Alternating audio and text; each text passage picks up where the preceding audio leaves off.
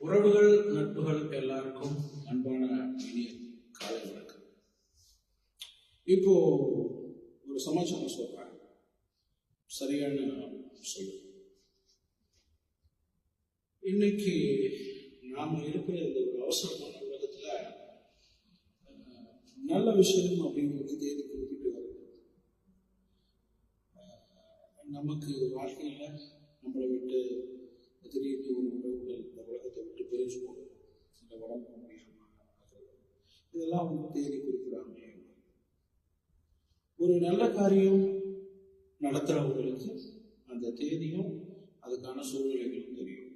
அப்படி இருக்கிறப்போ இன்னைக்கு நிறைய வசதி படைச்ச மனிதர்கள் என்னன்னா, என் விசேஷம் எங்க வீட்டில் இவங்க வந்தா போதும் அப்படிங்கிற ஒரு லிமிட்டேஷனுக்கு வந்துட்டாங்க. முன்னாடி இருக்க காலகட்டங்கள்ல பாத்தீங்கன்னா இந்த மாதிரி எல்லாம் எதுவும் இருந்ததா எனக்கு தெரியல. குறிச்சிக்கோ இல்லையோ நம்ம கூப்பிடுவோம், வரதும் வராததும் அவங்களோட விருப்பம் அப்படிங்கிற மாதிரி ஒரு ஒரு ட்ரெண்ட் அப்பதான் அப்போ இருந்தது அந்த காலகட்டங்கள்ல. நாம சின்ன வயசா இருந்தப்போ அதே மாதிரி நல்லதுக்கு போலினாலும் கெட்டதுக்கு போய் நிக்கணும் அப்படிங்கிற ஒரு விஷயமும் இருந்துச்சு. ஆனால் இப்போ எல்லாம் மனிதர்கள் பார்த்தீங்க அப்படின்னா, மேபி அவங்களோட சூழ்நிலைகள் நம்ம சொல்ல முடியாது. ஆனால் நீங்கள் உங்கள் ஒரு வீட்டில் ஒரு நல்ல விஷயம் நடக்குது அப்படின்னா கூடுமான வரைக்கும் எல்லாருக்கும் சொல்லுங்க, மனசார கூப்பிடுங்க. நேரில் போக முடியாதவங்கள அட்லீஸ்ட் தொலைபேசி நீங்கள் கால் பண்ணி பேசி அவசியமாக அப்படின்னு வாய் நிறைய வரதும் வராததும் அவங்களோட.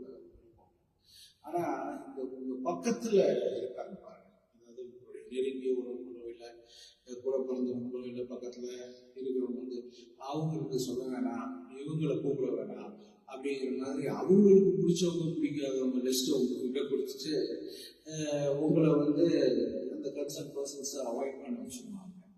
அது சரியான. ஏன்னா நீங்க உங்க விஷயங்கள்ல மோரார்லெஸ் யாரையும் தலையிடாம பார்த்துக்காங்க. எல்லா உறவுகளும் எப்பொழுதுமே எல்லாருக்கும் தேவைப்படுவாங்க. தேவைப்படுறதுக்காக மட்டும் உறவுகள்னு நான் சொல்ல வரல. இருந்தாலும் பாத்தீங்கன்னா, இப்ப நான் இருக்கேன், எங்க வீட்டுல ஒரு நல்ல ஒரு விசேஷம் வருது, ஒரு நல்ல ஒரு விஷயம் வருதுன்னா நான் எனக்கு பிடிச்சவங்க பிடிக்காதவங்க அந்த மாதிரி எனக்கு ஒரு இதுவே கிடையாது. எல்லாரையும் நான் இன்வைட் பண்ணணும், எல்லாரும் வரணும். வர முடியாதவங்க அவங்களுடைய வாழ்த்துக்களை சொல்லணும், இல்லை நமக்கான ப்ரேயர்ஸ் அவங்க இறைவனுக்கு முன்னாடி வைக்கணும். கண்டிப்பா அதனால நம்ம நல்லா இருப்போங்கிற ரொம்ப பெரிய நம்பிக்கை இருக்கு நம்பிக்கை இருக்கு. நான் இப்போ போய் சொல்லல, நிச்சயம். இன்னொன்று என்னன்னா, நம்ம வீட்டில் நம்ம முன்னாடி நின்று நடக்கிற விஷயங்களை நான் இன்வைட் பண்ணியிருக்கேங்க, நிறைய பேர் இன்வைட் பண்ணியிருக்கேன். பட் எல்லாருமே வந்தாங்க.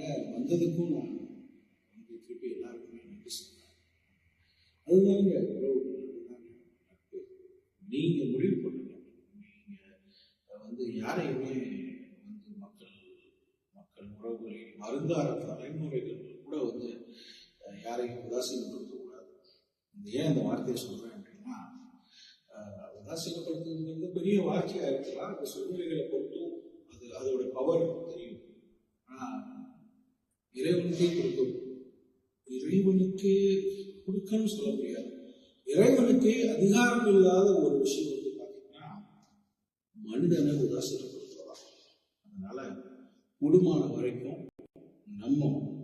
நம்மளை சுற்றி இருக்க உறவுகளையும் நட்புகளையும் அரவணைச்சு. என்னைக்கு நீங்க அரவணைக்கிறீங்களோ அப்போ நீங்களும் ஆண்டவன் தான்.